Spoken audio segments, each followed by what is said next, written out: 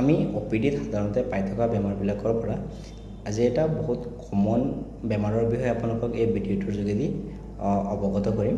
কেইদিনমান আগতে মই মোৰ ফেচবুকৰ পেজৰ পৰা এটা পোষ্ট কৰিছিলোঁ আৰু আপোনালোকক সেই পোষ্টত এটা বেমাৰৰ ফটো দি পেলাই আপোনালোকক সুধিছিলোঁ যে এই বেমাৰটো কি হয় আৰু এই বেমাৰটো কিয় হয় আৰু কেনেকৈ প্ৰতিকাৰ কৰিব পাৰি।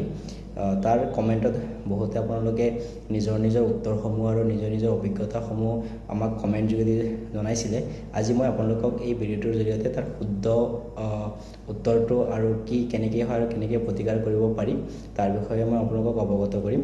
যে প্ৰথমে মই আপোনালোকক স্ক্ৰীনত সেই ফটোটো লগাই দিছোঁ। সেই ফটোটোত আপোনালোকে দেখা পাইছে যোনটো বেমাৰ দেখা গৈছে, সেই বেমাৰটোৰ নাম হৈছে ফ্ৰেনোডাৰ্মা। ইয়াক টৰ্ড স্কিন বুলি কোৱা হয়। টৰ্ড স্কিন এইকাৰণে কোৱা হয়, টৰ্ড স্কিন মানে হৈছে আপোনাৰ চুকবিকলি যিটো আছে চুকবিকলি স্কিনৰ নিচিনা থাকে কাৰণে তাক টৰ্ড স্কিন বুলি কোৱা হয়। এই বেমাৰটো যেতিয়া হয় সেই আমাৰ স্কিনটো খহটা অলপ গুটি টাইপৰ আৰু অলপ ব্লেকিছ টাইপ হৈ যায় আৰু সেইটো আমাৰ চুকবিকলি স্কিনৰ সৈতে সমানে থাকে আৰু সেইকাৰণে আমি ইয়াক টৰ্ড স্কিন বুলি কোৱা হয়। এতিয়া এই টৰ্ড স্কিন বা এই ফ্ৰেনোডাৰ্মা বেমাৰটো কিয় হয়? ই মেইনলি মাল্টিনিউট্ৰিয়েণ্ট ডিফিচিয়েঞ্চিৰ কাৰণে হয়। তাৰ ভিতৰত মষ্ট কমন হৈছে আপোনাৰ ভিটামিন এ ডিফিচিয়েঞ্চি, তাৰ লগে ভিটামিন ইউ ডিফিচিয়েঞ্চিৰ কাৰণে হ'ব পাৰে। লগতে কিছুমান এচেঞ্চিয়েল ফেটি এচিড যিবিলাক থাকে সেই এচেঞ্চিয়েল ফেটি এচিড ডিফিচিয়েঞ্চিৰ কাৰণে এইবিলাক হয়। মূলতে এই তিনিটা কাৰণে থাকে। তাৰ উপৰিও vitamin B complex, vitamin C আৰু আপোনাৰ চিভিয়াৰ প্ৰটিন এনাৰ্জি মালনিউট্ৰিশ্যনৰ কাৰণে সেই বেমাৰটো হ'ব পাৰে। এতিয়া আমি আলোচনা কৰিম যে সেই বেমাৰটো আমি কেনেকৈ প্ৰতিকাৰ কৰিব পাৰি। এতিয়া এই বেমাৰটো প্ৰতিকাৰ কৰিব হ'লে আমি মেইনলি সেই ডিফিচিয়েণ্ট নিউট্ৰিয়েণ্টবিলাকৰ ছাপ্লিমেণ্টেশ্যন দিব লাগিব। ছাপ্লিমেণ্টেশ্যন দি পেলাই আমি বেমাৰটো নাইকিয়া বা কমাব পাৰি।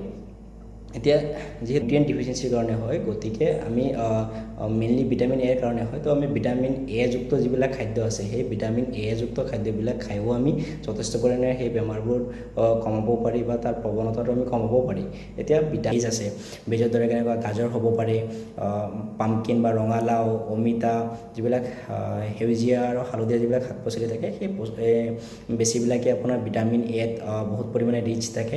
তো এইবিলাক খাই থাকিলে সেই ছাপ্লিমেণ্টেশ্যনবিলাক আমাৰ শৰীৰে নেচাৰেলি পাই থাকে। তাৰ লগতে যিবিলাক এনিমেল প্ৰডাক্ট আছে, এনিমেল প্ৰডাক্টত আপোনাৰ এনিমেল লিভাৰটো ৰিচ হয় বহুত ভিটামিন এত। তাৰ উপৰিও কণীৰ হালধীয়া অংশ, গাখীৰ, এইবিলাকতো যথেষ্ট পৰিমাণে ভিটামিন এ থাকে, সেইবিলাকো আমি খাব দিব পাৰি। তাৰ লগতে এচেঞ্চিয়েল ফেটি এচিড যিবিলাক আছে, এচেঞ্চিয়েল ফেটি এচিডৰো বহুতখিনি ৰোল থাকে। এচেঞ্চিয়েল ফেটি এচিড আপোনাৰ ৰিচ চয়াবিন, চিয়া চিড, ছানফ্লাৱাৰ অইল, সেইবিলাকত বহুত পৰিমাণে থাকে। লগতে পামকিন চিড মানে ৰঙালাওৰ যিটো বীজ থাকে তাতো ভিটামিন ইৰ লগতে ফেটি এচিডো যথেষ্টখিনি থাকে, সেইখিনি আমি খাব দিব পাৰি। তাৰ উপৰিও আমি ভিটামিন ই ছাপ্লিমেণ্টেশ্যন যোগান ধৰিব লাগে। ভিটামিন ই ছাপ্লিমেণ্টেশ্যনত আপোনাৰ যিবিলাক নাটছ আছে আৰু যিবিলাক চিড আছে, নাটছ মানে এই ৱালনাট, আলমণ্ড, তাৰপিছতে আপোনাৰ পিনাট, এইবিলাক গোটেইখিনি দিব পাৰে। সেইবিলাক যথেষ্ট পৰিমাণে ভিটামিন ই ৰিচ চ'ৰ্চ হয়, সেইখিনি খাব দিব পাৰি।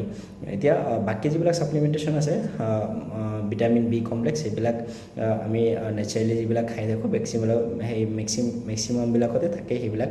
তো সেইখিনি খাই থাকিলে সেই বেমাৰবিলাক আমি কমাব পাৰি আৰু বাচ্চাবিলাকৰ সেই বেমাৰবিলাক হোৱাৰ প্ৰৱণতাটো কমি যায়। সেইবিলাক মানে যিহেতু নিউট্ৰিয়েণ্ট ডিফিচিয়েঞ্চিৰ কাৰণে হয়, গতিকে নিউট্ৰিয়েণ্টটো ভালকৈ খাই থাকিলে নেচাৰেলি সেই বেমাৰবিলাক আৰু নহয়। আশা কৰোঁ মই আপোনালোকে এই ভিডিঅ'টোৰ দ্বাৰা যথেষ্টখিনি উপকৃত হ'ব। যদি উপকৃত হয় আপোনালোকে ভিডিঅ'টো নিজৰ মাজতে শ্বেয়াৰ কৰি দিব, যাতে সকলোৱে এই নিউট্ৰিয়েণ্ট ডিফিচিয়েঞ্চি বেমাৰবিলাকৰ কাৰণে গম পাই পেলাই নিজে মানে সেই নিউট্ৰিয়েণ্টবিলাক বা সেই ফ্ৰুটছ বা যিবিলাক ৰিচ চ'ৰ্চ হয় সেইবিলাক খাব পাৰে। চ' শ্বেয়াৰ কৰি দিব যাতে সকলোৱে গম পায়। Thank U.